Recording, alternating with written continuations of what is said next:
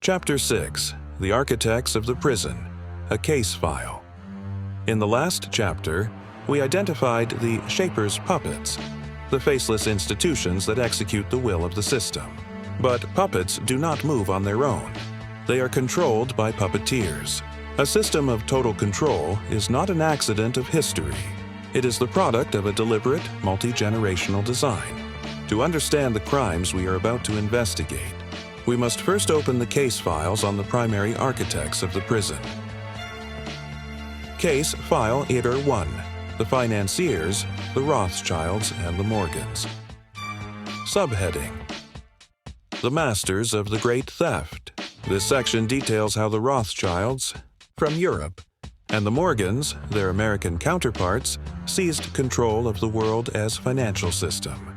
We cite the Dean Balfour Declaration as proof of the Rothschilds' geopolitical power, and the Morgans' role in creating the corporate monopolies and the Federal Reserve. Case File Ash-2: The Technicians, the Warburgs, and the Rockefellers. Subheading: The Designers of the Great Programming. This section exposes that how-to.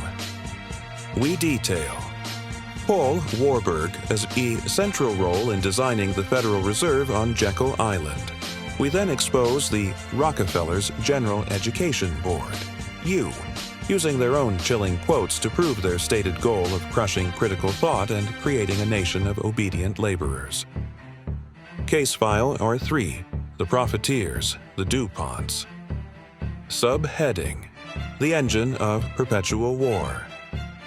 This section introduces the military-industrial complex through the lens of the DuPont family. We show how their fortune, built on gunpowder and war, established the symbiotic, parasitic relationship between the government and the merchants of death, who require constant conflict to thrive. Case File E4: The Royalty, the Black Nobility. Subheading: The Capstone of the Lie. This final section touches on the more shadowy, spiritual top of the pyramid. We discuss the ancient European royal bloodlines and their ideology of sovereignty by blood. We mention the secret Bilderberg meetings as the modern-day forum where the unelected, hereditary masters coordinate the actions of their political and corporate puppets. Conclusion: The Interlocking Directorate. These are not separate dynasties operating in a vacuum. They are an interlocking network. They intermarry, they sit on the same corporate boards, and they fund the same foundations. They are the human infrastructure of the deep state, the multi-generational architects who have been patiently building the global prison for over a century. Now, let us examine their crimes.